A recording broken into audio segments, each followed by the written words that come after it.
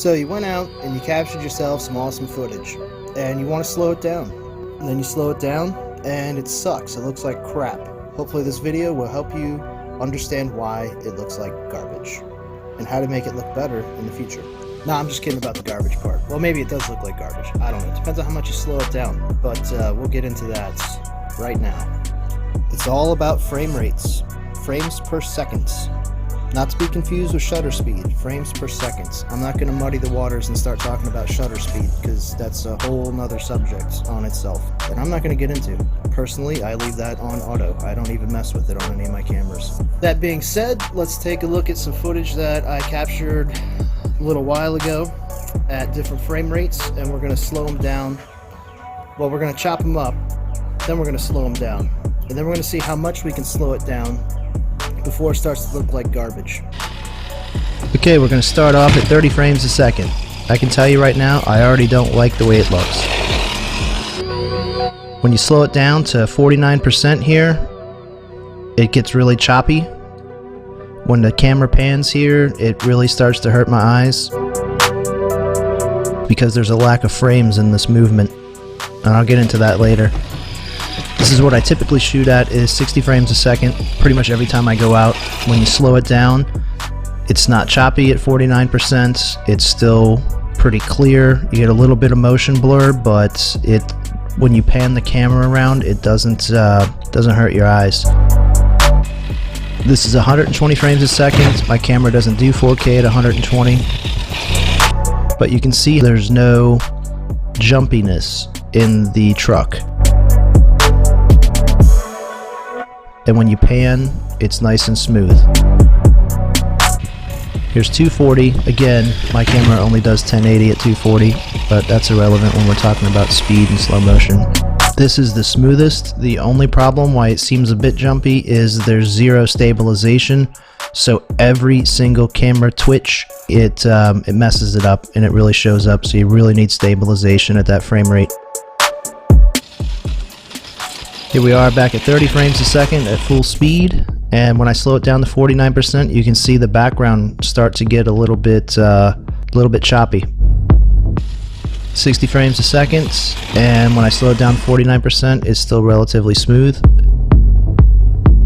Easy to watch, easy on the eyes. 120 frames a second actually looks worse at regular speed, but here it is slowed down. It's nice and smooth. Get a lot of detail in the grass. 240 looks terrible at regular speed too. They slow it down, looks a little bit better. Look at the detail in the grass, it's nice and smooth. Now if my hand was a little bit more steady, it wouldn't look as terrible. But when I slow it down, you can see how much smoother that is. Let's see how much further we can take it down. This is 29%. At 30 frames a second. It looks awful. Absolutely terrible. You can see how choppy it is when I pan. Almost wants to give you a seizure watching it.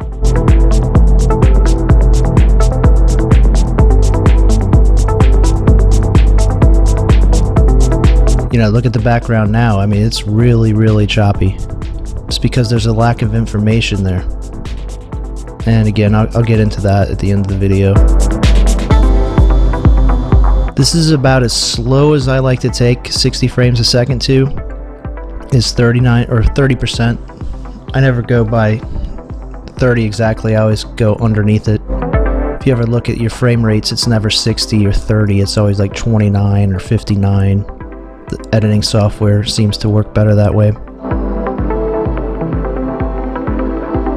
So when you look at this pan here, there's a little bit of choppiness, but it's still pretty smooth. It's not really that noticeable. But then you get into 120 frames a second here, and there's no choppiness. All the information's there, so it can slow it down without becoming too choppy.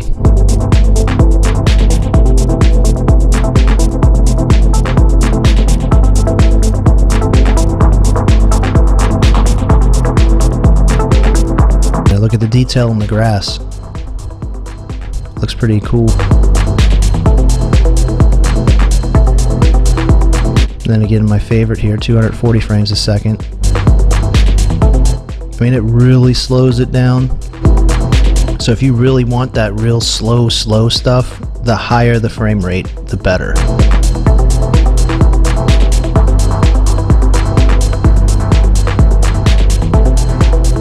Again, the only problem with the 240 and the 120 is they're typically not stabilized using a GoPro with that frame rate. I don't know about the 8, I'm using a Hero 7. So it's like every time like I take a step, you know, that impact is seen on the camera, but it looks so much smoother.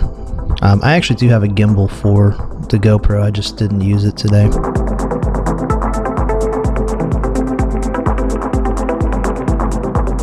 So let's see which one looks the best. We'll put up some cinematic bars and we'll slow it down to 19%. Look at that chop rate. This is why when you try to really slow it down, if you get the truck hitting something and you want to show it the impact and the damage, this is why it looks like crap, because there's no information there. 60 frames a second looks better, but not nearly as good.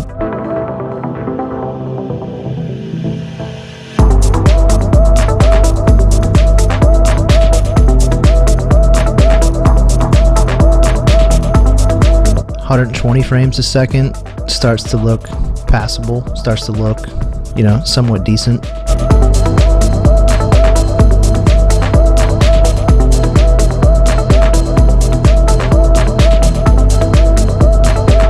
And then again, you got 240. 240 does some awesome slow-mo videos. I mean, just look how clear that is. Looks amazing. Well, the slow motion anyway, not my shaky camera work. But again, so if you want like an impact or a truck wreck, look at how much detail and look how good that looks at 240 frames a second. Now, I don't suggest you go out and shoot at 240 frames a second all the time, but I would definitely recommend shooting at least 60 frames a second, because then you can slow it down to at least 29%, which isn't that great, but it's still better than 30 frames a second. And it's not going to take up a whole lot of space on your hard drive doing 60 frames a second. So what you've been watching now has been what I consider the acceptable slow-mo speed for these frame rates. They don't look too terrible. You'll notice that the 120 frames per second and the 240 frames per second videos both seem to just go on forever. It's because there's a lot of information there. And what I mean by information, I'm talking about pictures. You know, when movies were first invented, they were called moving pictures. And the higher the frame rate means the more pictures. If you got a 30 frames per second video, you've got 30 pictures in that second. 240 frames a second, 240 pictures in that second. I know it sounds a little weird. I have a hard time wrapping your head around it, so I'm going to try to explain it visually as best I can. Okay, so here's 30 frames a second. From here on, we will call this 1 second of video. Here's 60 frames in that 1 second. This is why when you play it back at 30 frames a second to 24 frames a second, depending on your playback speed, it starts to look a little jumpy. Because you've got a surplus of information. You've got a surplus of pictures. And it's being compressed into that 30 to 24 frames a second. So you get a little overlap, and it skips, but that's kind of what gives it the faster looking pace, is because it's chopping it up. If that makes sense. This is 1 second. We're going to slow this down to 50%, which will make that 2 seconds. Since this was compressed in that 1 second, when we slow it down to 2 seconds, this 2 seconds now fills out perfectly. This is why at 50%, 60 frames a second looks great. There's no chop, chop, chop, chop, chop. The reason there's chop, chop so much with the 30 frames a second is because it's taking that 1 second. There's no other information for it to work with that's being compressed into that video or that footage. So it's basically doing this.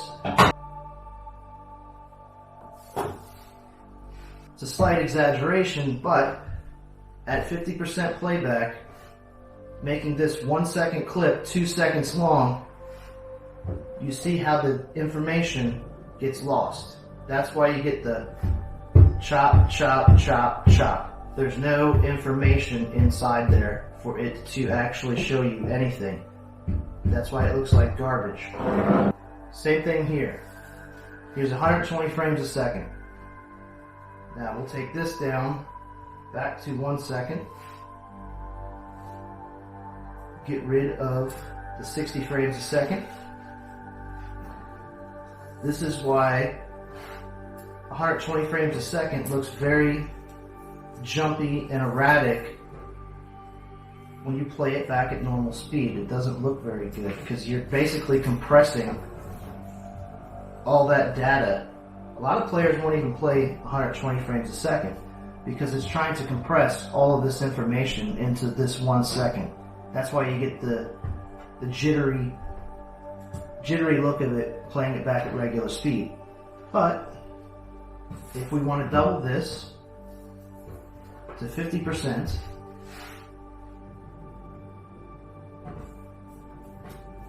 it still is being compressed. Not quite as much. Now we've got an overlap. That's 2 seconds, but you can still see that the 120 frames a second is still being compressed. There's still a lot of data in there that makes it a little bit jumpy. It's smoother, but it's still a little bit jumpy. So this is about 25% playback speed. Remember, I only like to take this down to about 30%, the 60 frames a second. So when we double this, so this is now a 4 second long clip. Look what happens to the 30 frames a second.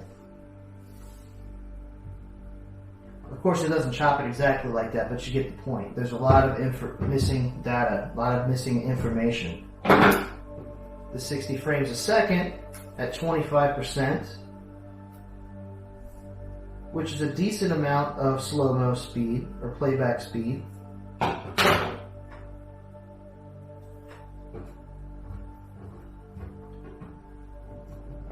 There's more information, but you can see that it starts to break up, and that's where you get the choppiness of the 60 frames a second. When you slow it down to 24% speed, which would make that 1 second clip about 4 seconds long. This is about the optimal 24% playback speed, and you're going to have a lot of information, a lot of detail. It's going to look really good.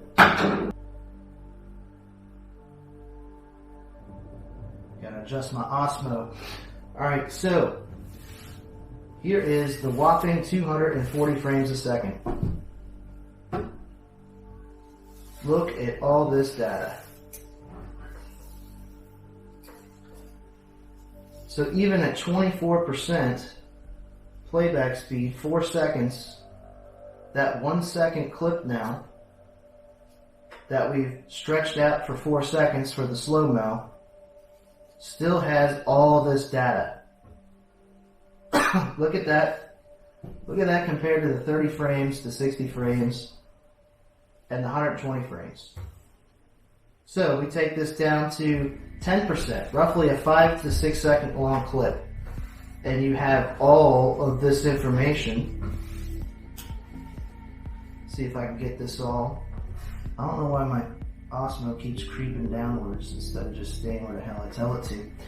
So, look at our 120 frames a second.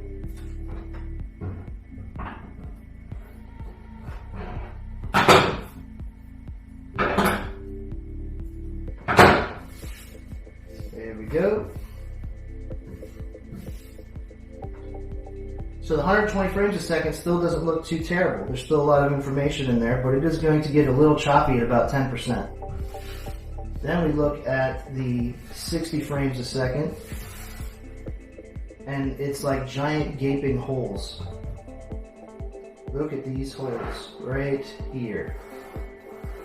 That's a lot of loss of data. Of course, you know, it's going to be a little bit more evenly distributed, but you get my point. And this thing is really aggravating me. So, let's go back to 30 frames a second. Here it is, way over here beginning.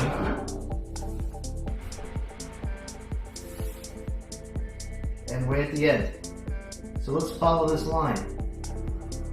There's nothing there. That's why it looks like total garbage. Hopefully this makes sense. Hopefully this helps you visualize frame rates. The higher the frame rate here, the more information you're going to have to be able to slow it down and get really good looking footage. And then you have to know the limitations of that frame rate. Like how far you want to stretch it out. How much are you going to be able to slow it down? Why is this doing this? This is so frustrating. You're such a piece of crap, Osmo. Stay. Don't move. Stay.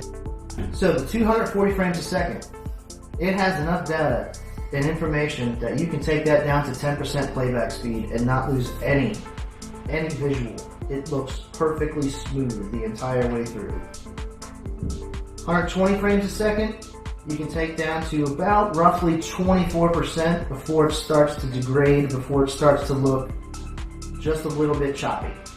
Then you got 60 frames a second.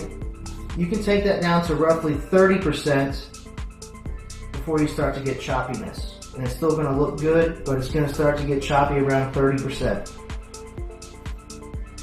The 30 frames a second, I don't ever shoot at 30 frames a second because I think it looks like garbage straight at 30 frames a second, regardless of slowing it down. I just don't like the way it looks, especially when you're capturing something fast moving like RC cars or anything else. Really? We just disconnected here? 30 frames a second, you can usually go down to about 59% playback speed before it starts to look absolutely terrible. You know, you hear a lot of talk about cinematic footage being at 24 frames a second and stuff. Well, if you're shooting RC cars, you're not shooting cinematic footage to begin with. And I only say that because I'm talking about the capture rate. You can play it back at 24 frames a second, but that's all in the rendering and editing process. You don't want to capture RC cars at 24 frames a second or 30 frames a second. Because when you try to give it that cinematic look and slow it down, regardless of your final frame rate speed or playback speed, it's going to look like garbage because the data is not there. So if you want to capture really good looking cinematic, aka professional looking stuff, you want a higher frame rate. Because 30 frames looks like crap straight out of the bat. And then when you try to slow it down at all to get a cinematic feel to it, it's just going to look like garbage. 60 frames a second seems to work the best because I can reduce it down pretty good, and 49% actually has a decent motion blur. 120 frames a second is way too much for regular playback speed. It's too jittery, it doesn't look very good. This is obviously way too much information to be able to play at a regular speed. Even when you go to render these at regular speeds, these two, it's going to look terrible. You hear terms like cinematic tossed around online. Well, what does that mean? To me, it just means more professional type looking footage. And regardless of the playback speed that you play your video once you finally rendered it, you need to have the data. You need to have the information. And 30 frames a second just does not cut it. Even if you play it back at 30 frames a second, you can't slow it down. As soon as you start to slow it down, it gets chopped up and it looks like garbage. I shoot at 30 frames a second, never.